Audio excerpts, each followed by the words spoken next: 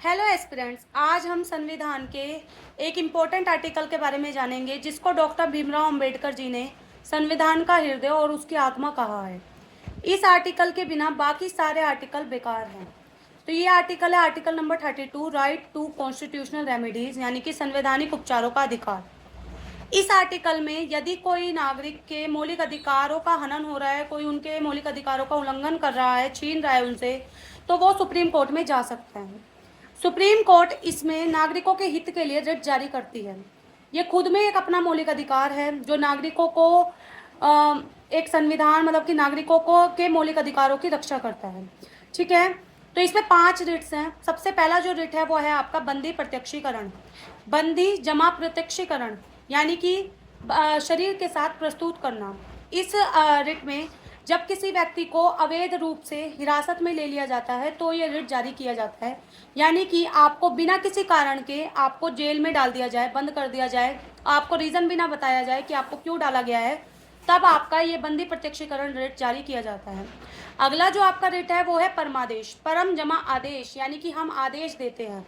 इसमें supreme court बाकी सारे सरकारी अधिकारियों को उनके कर्तव्य निभाने के लिए आदेश देते हैं। जो अपने कर्तव्य सही से नहीं निभा रहे हैं तो उसके लिए आदेश दिया जाता है कि हम आदेश देते हैं कि आप अपने काम सही से करें, काम करो। ठीक है, अगला जो आपका रिट है वो है आपका प्रतिषेध। प्रतिषेध का मतलब है रोकना।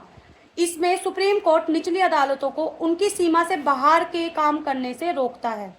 ठीक, अगला जो आपका रिट है वो है उत्प्रेक्षण। उत्प्रेक्षण का मतलब है पूर्णता सूचित करना।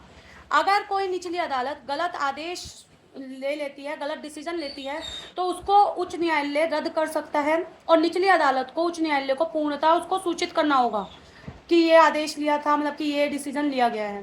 5वां और आखिरी जो आपका रिट है वो है आपका अधिकार प्रेक्षा।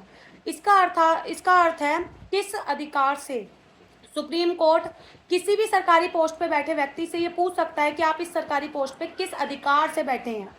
तो ये आपके 5 रिट्स हैं जो कि मोस्ट इम्पोर्टेंट है और इसी को डॉक्टर भीमराव अंबेडकर जी ने संविधान की आत्मा और हृदय कहा है। ये क्यों जरूरी है? क्योंकि ये एक तो मौलिक अधिकार है, दूसरा ये नागरिकों की रक्षा करता है। नागरिकों के अधिकारों का उल्लंघन अगर कोई कर रहा है तो उसकी रक्षा करेगा। और अगली बात कि ये अधिकारों जो हमारे लोकतंत्र है उसको और ज़्यादा मजबूत बना रहा है, क्योंकि सारे आर्टिकल्स होने के बाद भी अगर ये वाला आर्टिकल नहीं होगा तो हम लोग सुप्रीम कोर्ट नहीं जा सकते अगर कोई हमारे मौलिक अधिकारों का उल्लंघन कर रहा है। तो आज की टॉपिक में हमने ये जाना कि आर्टिकल 32 क्या है और इसमें कौन कौन से रिट्स हैं। थैंक